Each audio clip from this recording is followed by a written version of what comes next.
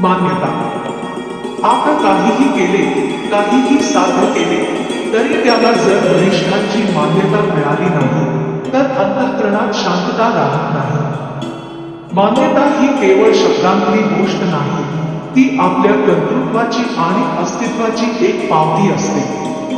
आपण बऱ्याचदा काहीतरी करत असतो, मेहनत, कल्पकता, प्रामाणिकपणा दाखवत असतो, पण अंतर्मनात सतत एक गोष्ट उडत असते. वरील व्यक्तींनी याला मान्यता दिली का? कारण त्यांच्या एक साध्या मान्यतेने, त्यांच्या एका शब्दाने आपलं मन शांत होतं.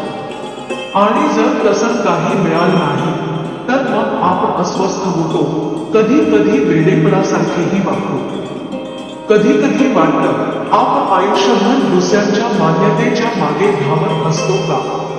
आपलं कर्तृत्व, आपली मूल्य, त्याचं मोल ठरवण्याचा अधिकार नेहमी दुसऱ्यांकडेच असतो का? ही अंतर्मुख करणारी गोष्ट आहे. पण खरं समाधान तेव्हाच मिळतं, जेव्हा आपण स्वतःच्या कार्यावर स्वतःची मान्यता देतो. बाह्य जगाकडून मिळणारी मान्यता ही फक्त एक बोनस असते, आवश्यक नाही, पण हवी हवीशी वाटणारी.